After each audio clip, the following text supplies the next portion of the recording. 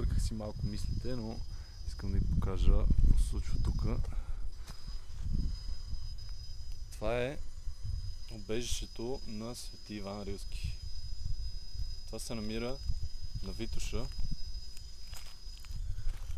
над Владая. За първ път, когато попаднах тук, попаднах съвсем случайно на това място. Има такива масички, бетонни масички, които е интересно как са направени. Тук това се намира на едно хълмче и се води убежището на Иван Рилски. Винаги по-интересно ми е това, което е скрито от публиката и каква е била причината човека да дойде точно тук. Дали това място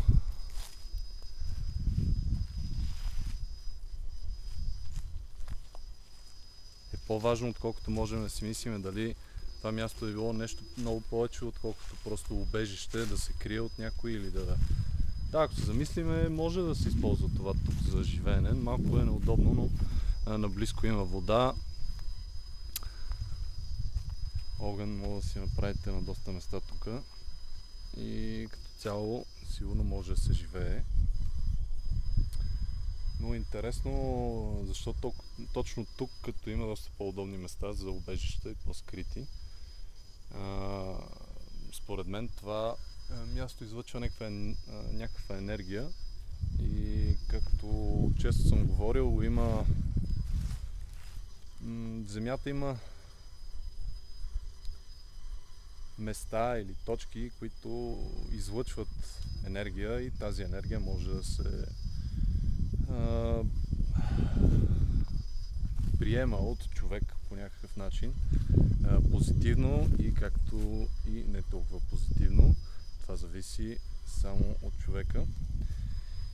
И така, интересното е, че явно този човек е знаел доста повече неща за тези енергии. Тук какво пише? Подарен от братя Саточка Янчев, мисля, че пише там. И тук надолу това мисля, че е някаква дата, ден, която нещо не мога да разчета.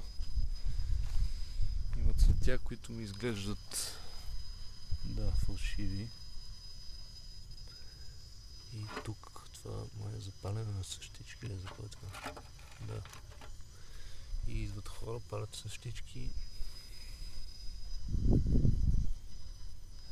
Интересно е истинската история на това място и чувал съм, че тук на някои дни се събират доста хора и почитат този човек и историята му, която съм сигурен, че е доста по-интересна, отколкото е официалната история.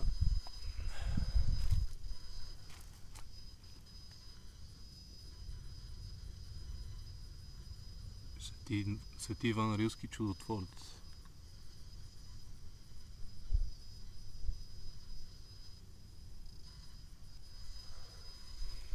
Интересно място.